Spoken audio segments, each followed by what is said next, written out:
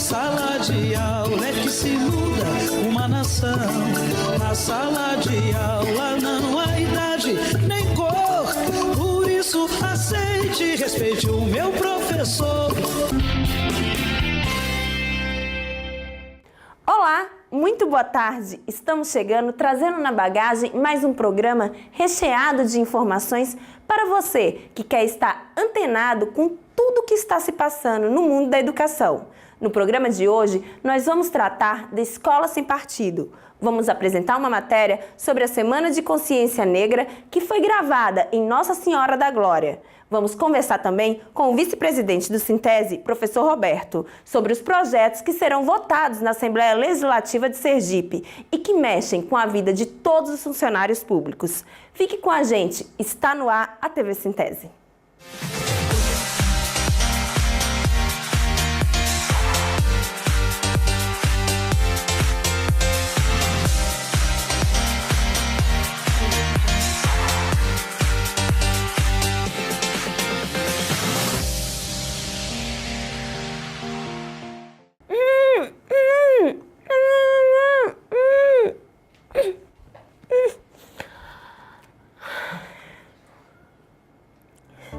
Você está ouvindo essa música?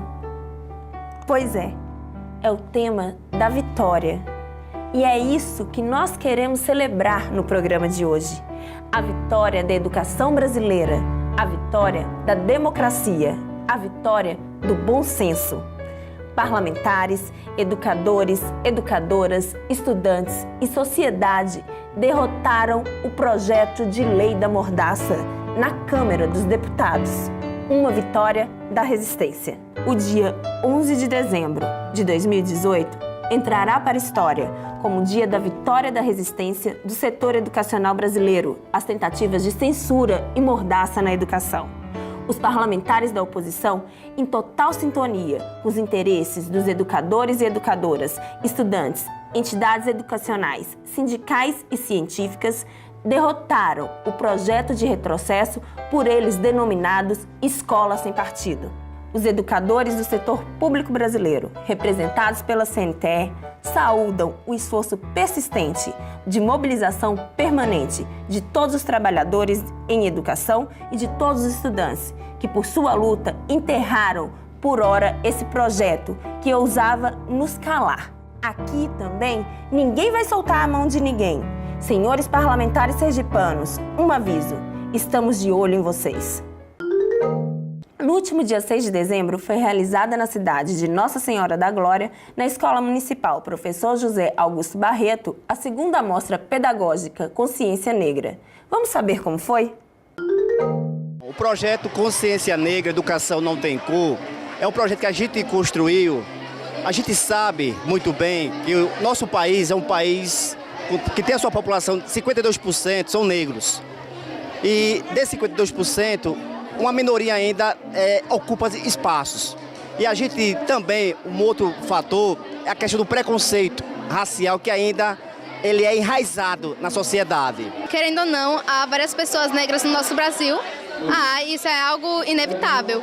Então, entregar para a criança esse conhecimento de respeitar raça, cor, religião, ou até mesmo outras coisas que a pessoa em si tem, que cada um é diferente, a criança vai crescer e ser um cidadão melhor a cada dia. E é isso que as escolas do nosso Brasil têm que trabalhar cada dia mais. E essa é a importância do nosso projeto.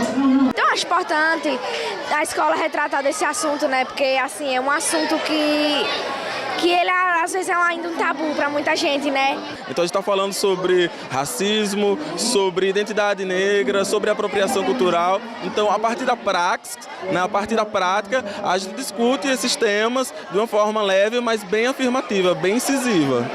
E nesses momentos da gente chamar a atenção do alunado, para que eles possam entender que o respeito ao outro, independentemente de cor, de raça, de religião, deve se haver.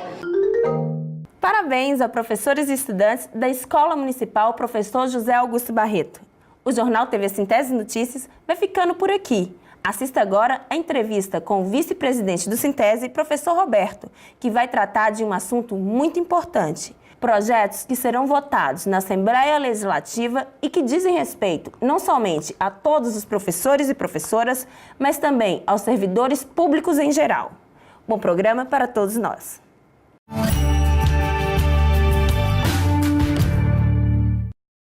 Boa tarde, Roberto, tudo bem? Tudo bem. Nós convidamos você aqui hoje para poder tratar de um assunto de interesse dos servidores públicos. Mas antes, eu queria que você desse uma palavrinha para a gente sobre a derrota do projeto Escola Sem Partido.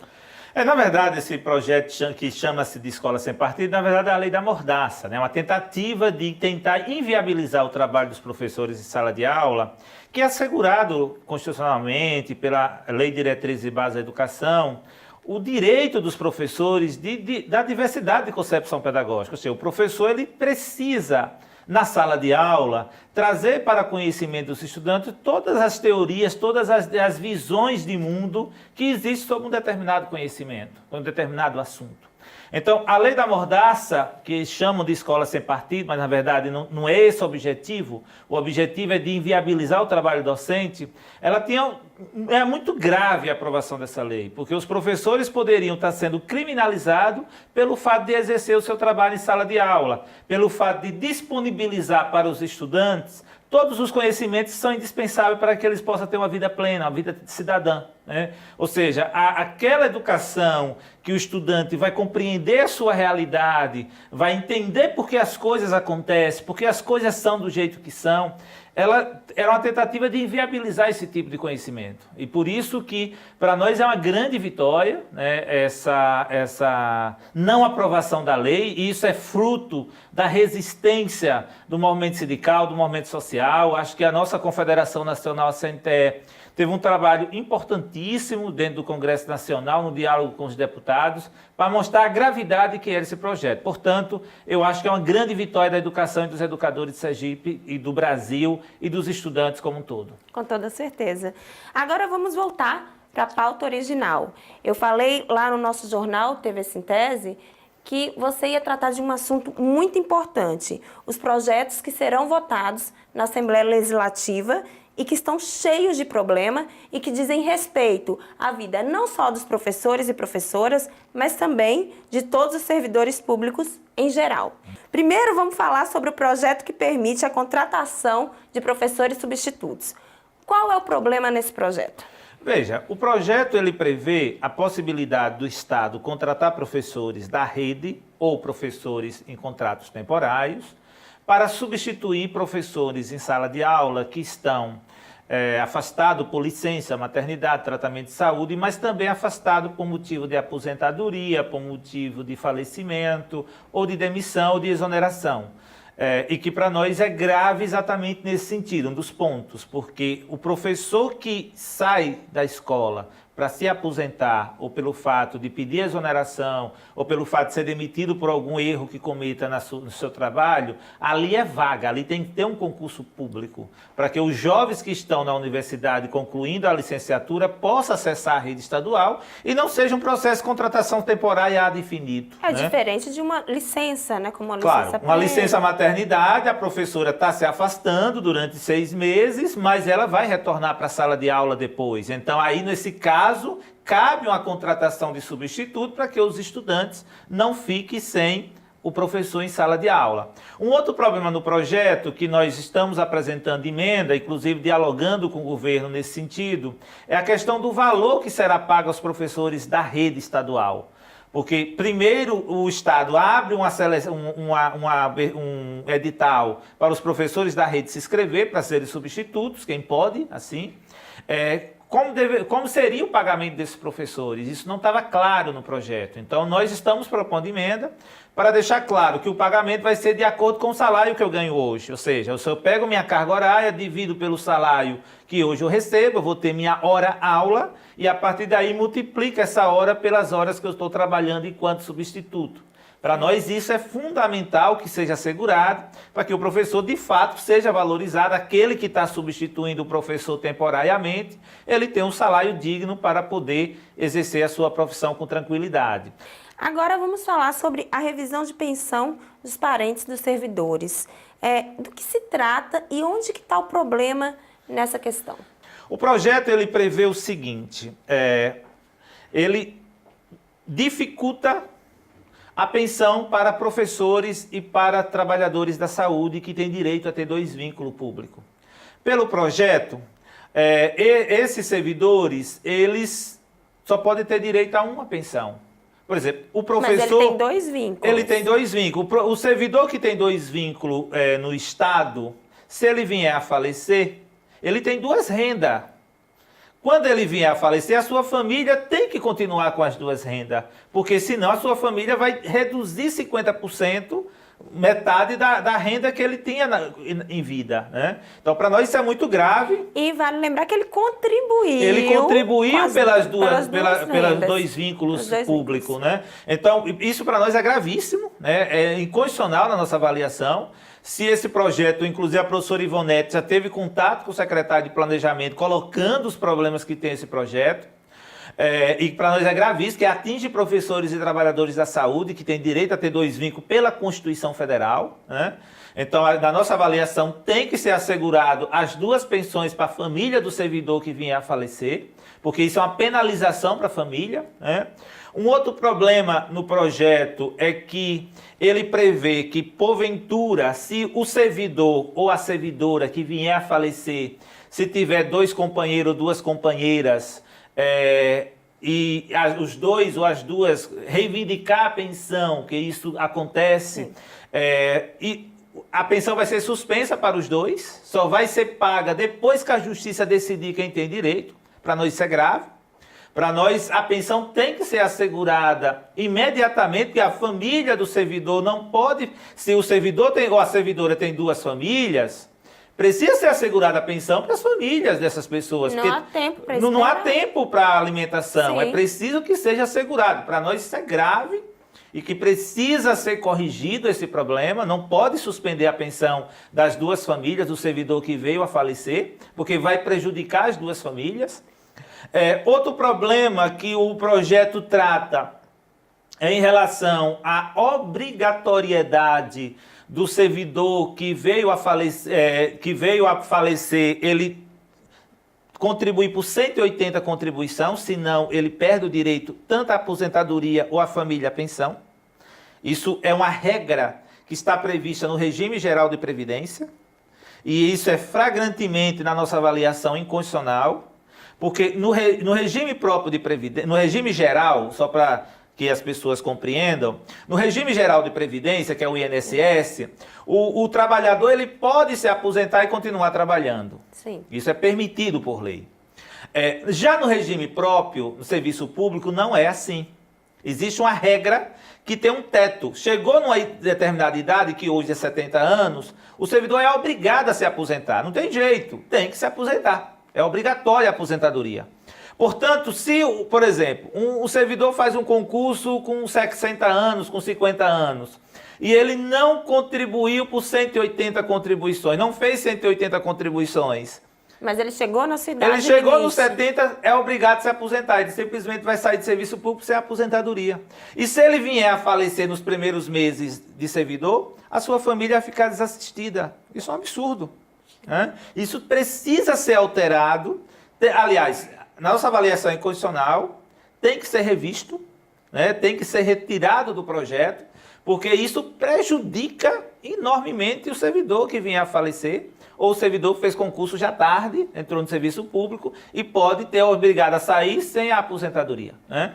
E o quarto problema, então um projeto complicado. Muito problemático. Muito problemático o projeto. O quarto problema é o seguinte: o governo prevê no projeto que, quando o servidor vem a falecer, por exemplo, ele tem 4 filhos, a pensão é dividida entre... O servidor tem a esposa e 4 filhos, então a pensão é dividida entre a esposa e os 4 filhos, né, rateado proporcionalmente. Se um dos filhos vem a falecer, ou a esposa vier a falecer, aquela pensão integralmente é redistribuída para os vivos. Sim. Para manter o padrão de vida da família. A regra hoje é esta. Inclusive, tem decisão do Tribunal de Justiça de Sergipe assegurando esse direito, porque o Estado já quis mudar de forma arbitrária essa regra. Agora está tentando por lei. O que o Estado está prevendo agora no projeto? Se alguém vier a falecer, simplesmente esse valor é suprimido da pensão. Não vai para ninguém. Não vai mais para ninguém. Ou seja, se a esposa que vier a falecer, os filhos vão ficar com metade da pensão. Da pensão, porque a outra metade é do cônjuge. Da esposa, exatamente, do cônjuge. Então, isso para nós é incondicional, porque já tem decisão do Tribunal de Justiça mostrando que não pode. A pensão ela tem que ser redistribuída integralmente para os vivos, porque isso mantém um padrão de vida da família. O servidor público, ele contribui com aquela segurança de que, se ele vier a falecer por qualquer problema, que a gente não está livre, né, do falecimento, a sua família esteja protegida, né, pela Seguridade, pela Previdência. Ou quando a gente se aposenta, tem a proteção também. O projeto como esse é aprovado do jeito que está, vai prejudicar enormemente muitos pensionistas. E caso seja aprovado, o Sintese vai, com certeza, entrar com ação judicial, porque esses problemas, na nossa avaliação, eles são inconstitucionais, né? Porque ele fere a Constituição, e fere um princípio que é básico, é o princípio da alimentação da família, que fica desprotegida diante do falecimento do servidor. Sim. Por último, não menos importante, vamos falar sobre o Profin. Eu gostaria que você explicasse para o nosso telespectador o que significa o Profin e qual que é o calcanhar de Aquiles desse projeto. Veja, o Profin é um programa de financiamento das escolas. Então, o governo do estado, ele manda dinheiro para as escolas, para que as escolas possam gastar na compra de material escolar, na compra de um bebedouro de água, conserto de uma porta, do banheiro. Ou seja, é um dinheiro que tem a finalidade de investir na escola de alguma forma. Mas pequenos reparos, compras de algumas questões de material de limpeza para as escolas, essas questões que a escola precisa do dia a dia. O governo está reconfigurando o programa, ou seja, inicialmente esse programa era dinheiro que vinha apenas uma fonte de financiamento da educação, que é chamado de MDE, que é Manutenção e Desenvolvimento do Ensino. O governo está ampliando para outras fontes, para a Fundeb, para recursos federais, etc. Até aí a gente não vê problema, né? Qual é o grande problema do projeto que a gente está tentando também propor emendas a esse projeto? Primeiro, a questão da publicação das despesas. O projeto prevê que o governo vai publicar quanto repassou para as escolas. A gente entende que é preciso publicar no site do governo em que as escolas gastaram esse dinheiro, porque isso é uma prestação de conta à sociedade. É transparência. É uma transparência, ou seja, se o governo repassou R$20 mil para uma determinada escola, esses R$21 mil, o que a escola fez? O que comprou? Uma lista, uma tabela com que a escola gastou e os valores correspondentes. É uma forma de prestação de contas para a sociedade. Outra questão que a gente está solicitando no projeto é que também o Conselho Estadual do Fundeb possa acompanhar a prestação de contas, porque hoje não é prestado conta em lugar nenhum. As escolas prestam conta à Secretaria da Educação, ou seja, não tem nenhum tipo de controle social sobre esses recursos. E a gente entende que é importante ter um acompanhamento do Conselho do Fundeb, que tem a participação de diversos membros da sociedade, né? Outra questão que nós avaliamos como importante é que as escolas recebam recursos diante da sua proposta pedagógica. Ou seja, a escola tem um projeto importante que desenvolve todos os anos, é preciso que ela receba um maior aporte de recurso diante do seu projeto pedagógico que está sendo desenvolvido. E para nós isso é fundamental para que, de fato, as escolas possam desenvolver projeto e tenham um recurso do Estado para assegurar a compra dos materiais indispensáveis para os projetos que os professores desenvolvem. Então é final de ano, mas o servidor tem que estar atento. Tem que estar atento, especialmente essa lei da pensão aí, que pode prejudicar todos nós. Pois é. Então, Roberto, quero te agradecer muito por essa entrevista, por esclarecer aqui os servidores e os professores. Muito obrigada. À disposição. Quero agradecer a você também por mais um sábado com a gente. E no sábado que vem, a gente estará de volta, se Deus quiser e Ele há de querer. Tchau, pessoal. Na sala de aula é que se muda uma nação. Na sala de aula não há idade nem cor.